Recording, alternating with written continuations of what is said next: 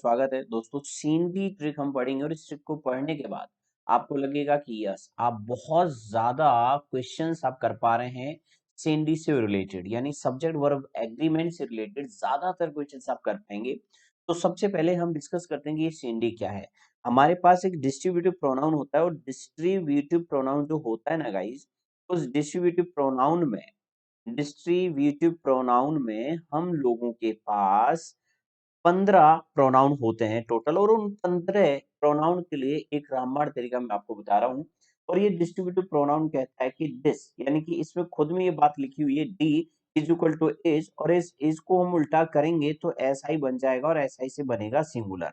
इसका मतलब ये जो डिस्ट्रीब्यूटिव प्रोनाउन आने वाले हैं ये सब के सब सिंगुलर होने वाले हैं। तो हमने क्या किया कि एक सबसे शानदार बेहतरीन ट्रिक बनाई और उस ट्रिक का नाम है सेन।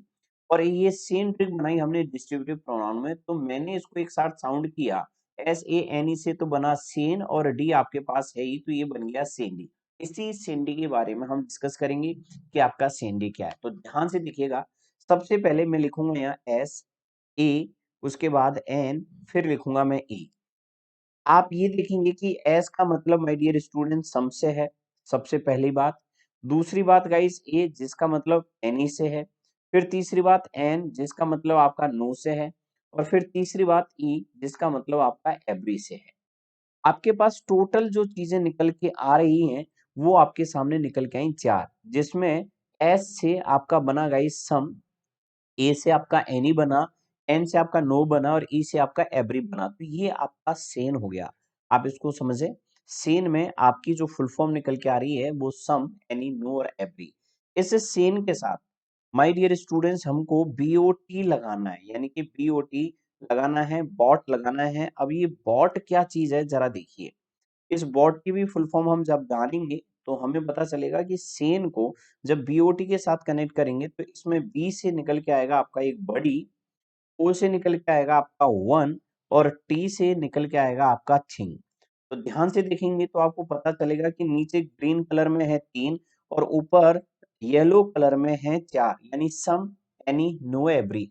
इन चारों को ग्रीन वाले शब्दों के साथ मल्टीप्लाई करना है, यानी सम को भी मल्टीप्लाई करना है, एवरी को भी मल्टीप्लाई करना है, एनी को भी और नो को भी। आप क्या करेंगे, सम को 3 बार बोलना है, यानी कि सम के साथ बड़ी, सम के साथ वन और सम के साथ थिंग, तो बनेगा सम बड़ी, सम वन, समथिंग। उसी तरह एनी का नंबर लीजिए, एनी के साथ बड़ी, एनीबडी, एनीवन, एनीथिंग। फिर उसके बाद नो का नंबर लीजिए, नोबडी, नो वन, नथिंग। उसी तरह एवरी का नंबर लीजिए, एवरीबडी, एवरीवन, एवरीथिंग। तो आप देखेंगे कि ये टोटल 4 या 12 हैं, जबकि मैंने कहा 15 होने चाहिए। तो हमें 3 और चाहिए। उन 3 में एक है आपका गाइस एन से नाइदर, एक है आपका ई से आइदर, और आइदर के साथ एक और है ईच गाइस। तो आपके 4 या 12 और 3 15 हो गए। और ये जो 15 के 15 हैं ये सब अपने बाद आंख बंद करके आप इसमें क्या लगा पाएंगे बोले तो सिंगुलर। ये 15 के 15 अपने बाद सिंगुलर लेते हैं। ये बात आपको सिंडी वाली ट्रिक से समझनी है। फिर से मैं आपको और एक बात बताता हूँ, आप जरा देखिए। आपने एस लिखा, फिर ए लिखा, फिर एन लिखा, फिर ई लिखा, प्लस इसके साथ मल्टीप्लाई किसको करवाया, बोर्ड को करवाया। तो जरा आप मेरे साथ बोलेंगे तो आपको पता चलेगा कि सम के साथ 3 राउंड लेने हैं, सम बड़ी, राइट, सम वन, और उसी तरह समथिंग। आपको ये 3 राउंड एनी के साथ भी लेने, एनी बडी, एनी वन, एनीथिंग। आपको 3 राउंड नो के साथ में भी लेने गाइस। तो आप देखेंगे कि नो के साथ लेंगे तो नो बडी, नो वन और नथिंग। उसी तरह से आपको ये 3 राउंड एवरी के साथ लेने हैं। तो जरा देखते हैं एवरी के साथ कैसे लेंगे। तो एवरीबॉडी, एवरीवन, एवरीथिंग। तो ये 4 या 12 हो गए, और 3 मैंने आपको बताए कि एक नाइदर है जिनमें बीओटी नहीं जोड़ पाएंगे हम, ई से आइदर है और एक ईच है, राइट। एक ईच हो गया और एक आइदर हो गया गाइस, राइट। अब ये टोटल हो गए 15। अब ये 15 जब भी देखेंगे तो आप इनके तुरंत बाद सिंगुलर वर्ब लगाएंगे। अंडरस्टैंड। तो क्या आपको ये बात समझ में आई कि सीन डी में 15 वर्ड्स हो गए, ये सिंगुलर लेंगे। तो देखिए SANEBOT, तो बोलो सम के साथ बडी, समबडी, समवन, समथिंग। एग्री करते हैं इस बात को। इसके साथ एनीबॉडी, एनीवन, एनीथिंग। बोलो हाँ या ना। फिर आप एग्री करेंगे एन से no worry, no one, nothing. फिर आप एग्री करेंगे किससे? आप कहेंगे कि सर ई से, एवरीबॉडी, एवरीवन, एवरीथिंग। तो ये 4 या 12 हो गए आपके। क्लियर है? अब ये ट्रिक आपको बहुत अच्छे से क्लियर हो गई होगी, तो आप देख सकते हैं क्या क्या फुल फॉर्म थी, some, any, no, every, but, E, one और थिंग। इनको इस तरह से आपको मल्टीप्लाई करते जाना है, तो आप देखेंगे कि ये पूरा कॉन्सेप्ट आपका सिंडी का निकल के आ जाएगा। अब बारी आती है इसकी क्वेश्चंस की। ये सारे वर्ड्स आ गए, कोई बात नहीं। अब आपने देखा कि सेंटेंस को आपने एवरी से शुरू किया हुआ है। अब देखिए ये जो एवरी दे रखा है, आपको पता चल गया किसका पार्ट है? सिंडी का। तुरंत आप सिंगुलर लगाएं, जबकि ये जानते हैं आप कि सेंटेंस के सब्जेक्ट बॉय और गर्ल है। सो व्हाट, क्या हुआ? आप तो एवरी देख रहे हैं ना, एवरी किसका पार्ट है? सिंडी का। तो सिंडी के अकॉर्डिंग चलें, वर्क को खत्म करें, आप वॉच लगाएं। सीधी सी बात, आपको ज्यादा टाइम लगेगा नहीं इसमें। तो इस तरह से अब मैं कुछ क्वेश्चंस आपके सामने रख रहा हूँ, और इन क्वेश्चंस को भी आप सीएनडी वाले तरीके से करेंगे।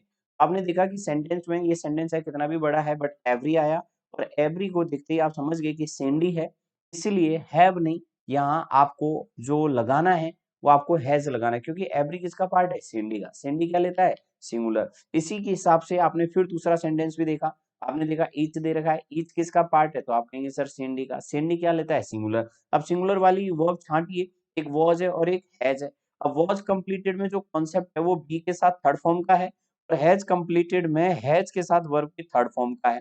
इनमें ये ए ऑप्शन आपका पैसिव वॉइस है, और ये है एक्टिव वॉइस।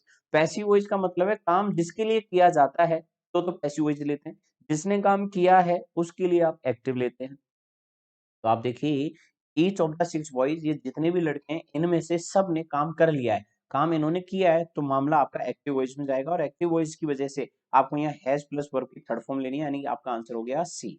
इसके बाद फिर से आप एवरीवन देख रहे हैं, तो आप कहेंगे सर एवरीवन आ गया ना, तो मैं एवरीवन के लिए यहाँ सेंडी लूंगा, और सेंडी जो है वो सिंगुलर लेगा।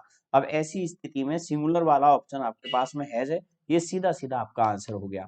फिर क्वेश्चन नंबर 4 पे पहुंचे, एवरीवन आया, आपने देखा सर एवरीवन फिर से सेंडी का पार्ट है, और जहां भी सेंडी का पार्ट होएगा आप तुरंत समझ जाएंगे कि सर सेंडी आते ही मैं सिंगुलर लगाऊंगा, तो यहाँ आर नहीं माय डियर स्टूडेंट्स, आपको यहाँ इज लेना है।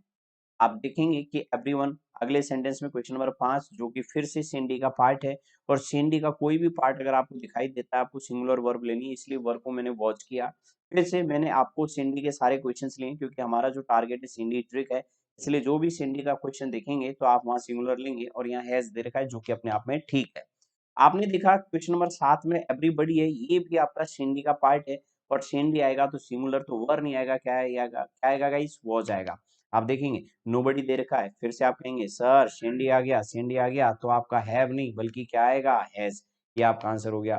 फिर से आपने देखा गाइस एवरीवन है, फिर से क्या आ गया? आप कहेंगे सर सेंडी, तो सेंडी के लिए वर्ब सिंगुलर आएगी, तो ये जो नो है इसको सिंगुलर करेंगे, KNOWS, नोज हो जाएगा। इसके बाद क्वेश्चन नंबर 10 पे हम पहुंचे, तो हमने देखा एवरीवन है, तो एवरीवन फिर से सिंडी का पार्ट है, और आपको यहाँ आर जो इतनी दूर दिख रहा है, इस आर की जगह हम क्या करेंगे? इज करेंगे। हमें टाइम नहीं लगाना है, हम फटाफट करेंगे। फिर से नाइदर देख रहे हैं, तो नाइदर फिर से आपका सिंडी का पार्ट है, सिंडी आया तो हैव नहीं आएगा गाइज, हैज आएगा। तो फटाफट आप अटैक करेंगे क्वेश्चन पे इसी तरह। देखिए जैसे मुझे नाइदर दिखा, तो मैंने माइंड सेट कर लिया कि सेंडी आ गया, तो पक्का वर्ब से रिलेटेड कुछ ना कुछ इश्यू होगा। तो मैंने देखा कि यहाँ आर है तो यहाँ इज हो जाना चाहिए।